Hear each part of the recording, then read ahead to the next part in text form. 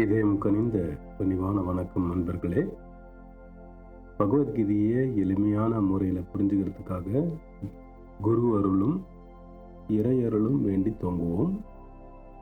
இந்த பதிவில் நம்ம பார்க்க போகிறது அத்தியாயம் 4லேருந்து ஸ்லோகம் 14லேருந்து 17 வரைக்கும். முதல்ல ஸ்லோகம் 14. நமாம் கர்மாணி லிம்பந்தி நமே கர்மஃபலே ஸ்ப்ருஹா இதி மாம் யோபிஜானாதி கர்மபிர்ன சபத்யதே. அடுத்து ஸ்லோகம் 16.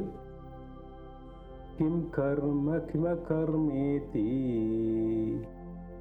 கவயோப்யத்ர மோஹிதாஹ தத்தே கர்ம பிரவக்ஷ்யாமி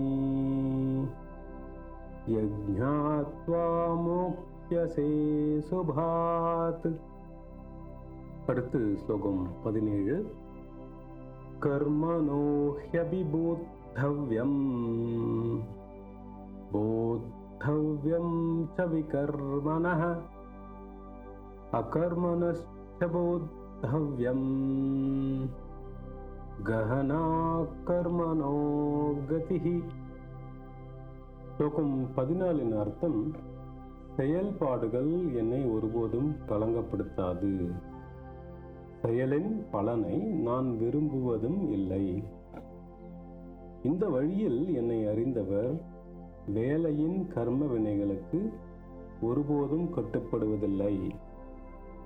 16 அர்த்தம்: கடமை என்றால் என்ன, செயலற்ற தன்மை என்றால் என்ன? அறிவாளிகள் கூட இதை தீர்மானிப்பதில் குழப்பம் அடைகிறார்கள். இப்போது நான் உனக்கு கடமையின் ரகசியத்தை விளக்குகிறேன். அதை அறிவதன் மூலம் நீ பொருள் அடிமைத்தனத்திலிருந்து விடுபடலாம். ஸ்லோகம் 17 அர்த்தம்: பரிந்துரைக்கப்பட்ட செயல், தவறான செயல் மற்றும் செயலற்ற தன்மை ஆகிய மூன்றின் தன்மையையும் நீ புரிந்து கொள்ள வேண்டும். இவற்றை பற்றிய உண்மை ஆழமானது மற்றும் புரிந்து கொள்வது கடினம். இப்போ இதோட விளக்கத்தை சுலபமான முறையில் புரிஞ்சுக்க முயற்சி செய்வோம்.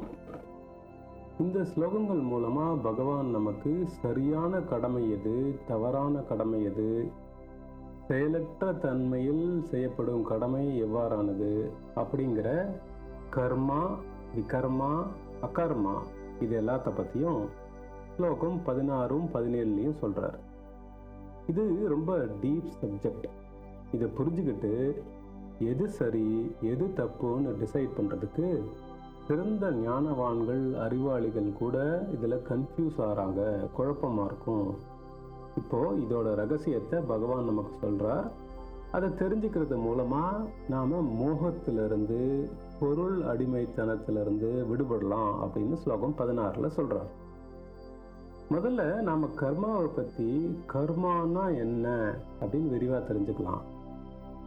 எந்த ஒரு வேலையை எடுத்துகிட்டு பண்ணும்போதும் அதுக்கு டாஸ்க், ஆக்ஷன் அண்ட் ரிசல்ட் அப்படின்னு சொல்லப்படுற காரியம், வேலை, செயல், அதோட முடிவு இல்லை பலன் அப்படின்னு இருக்கும். இப்படி நம்ம உடலால் செய்கிற வேலை, நம்ம செயல், ஆக்ஷன் மட்டுமே கர்மா இல்லைங்க. நம்ம மனசால் நினச்சி உருவாக்கப்படுற எண்ணங்கள் எல்லாம் கூட கர்மா தான். சில சமயங்களில் நாம் நம்மளோட மனசுலேயே பாதி வேலையை முடிச்சிருப்போம்.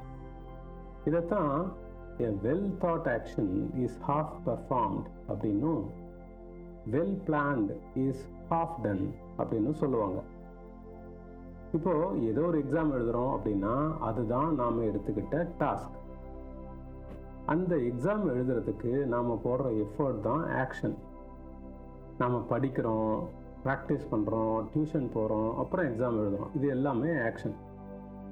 நம்மளோட அந்த டாஸ்கை கம்ப்ளீட் பண்ணுறதுக்கான செயல்கள், performing various activities for accomplishing the task. ஃபைனலாக அந்த எக்ஸாமோட result, pass, fail top rank, low rank, distinction, இப்படி ரிசல்ட் பலன் எதுவாக வேணா இருக்கலாம். இப்போ இந்த கடமையை செய்யறதுல பொதுவாக 3 விஷயம் இருக்கு.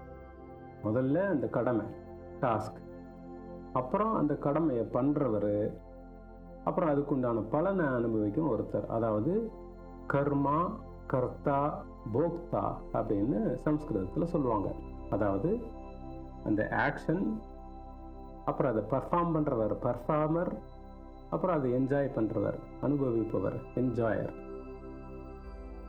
யூஸ்வலாக யார் அந்த வேலையை பண்ணுறாரோ அவர் தான் அதோட ரிசல்ட்டையும் பலனையும் அனுபவிப்பார். இன்ஃபேக்ட் பல வேலைகளை நாம் அது கொடுக்குற ரிசல்ட்டுக்காக தான் எதிர்பார்த்து பண்ணுறோம். இப்போ 3வது அத்தியாயத்தில் சொன்ன மாதிரி நமக்காக பரிந்துரைக்கப்பட்ட வேலையை எந்த பலனையும் எதிர்பார்க்காம கடமைக்காக பண்ணோம்னா அது கர்மயோகம். அது நம்ம ஞானத்தை அடைய, நம்ம ஆன்மீக பயணத்துக்கும் செல்ஃப் ரியலைசேஷனுக்கும் உதவக்கூடிய செயல் தான் கர்மா. நம்ம குணத்துக்கு தக்க பரிந்துரைக்கப்பட்ட அல்லது தேர்ந்தெடுக்கப்பட்ட செயலுக்கு நேர் எதிராக மற்றவங்களுக்கு தீங்கு கெடுதல் பண்ணுற எந்த ஒரு வேலையும், டிஸ்டர்பிங் அஃபெக்டிங் ஆக்ட் எதுவாக இருந்தாலும் அது தவறான செயல். அதை தான் விகர்மா அப்படின்னு சொல்கிறாங்க. இது நம்ம ஆன்மீக பயணத்துக்கும் இறைவன் அடையறதுக்கும் கூட தடையாக இருக்கும் வேலை. அதுதான் விகர்மா. இப்போ இந்த கர்மாவையும் விகர்மாவையும் நாம தான் பண்ணுறோம். பர்ஃபார்மர் நாம தான். அதுக்குண்டான பலனையும் பாதிப்பையும் நாம தான் அனுபவிப்போம். ஆனால் அக்கர்மா அப்படிங்கிறது இது எல்லாத்துக்கும் மேலே. நம்ம என்ன வேலை செய்கிறோம் அப்படின்னு எந்த ஒரு சிந்தனையும் அவேர்னஸும் இல்லாமல் நம்ம மூலமாக பகவான் தான் எல்லா வேலையும் பண்ணுறாரு, நாம் வெறும் இன்ஸ்ட்ருமெண்ட் தான் அப்படின்னு இருக்கிறது தான் அக்கர்மா.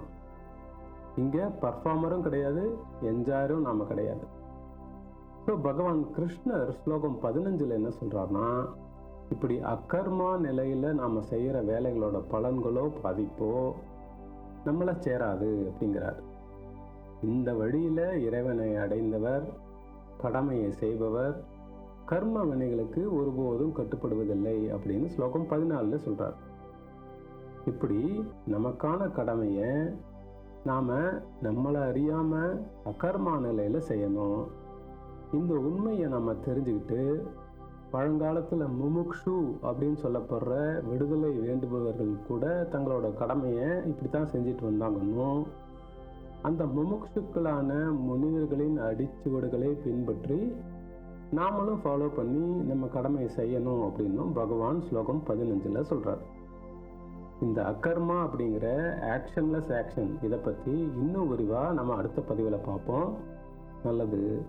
நன்றி. வணக்கம். ஓம் சாந்தி.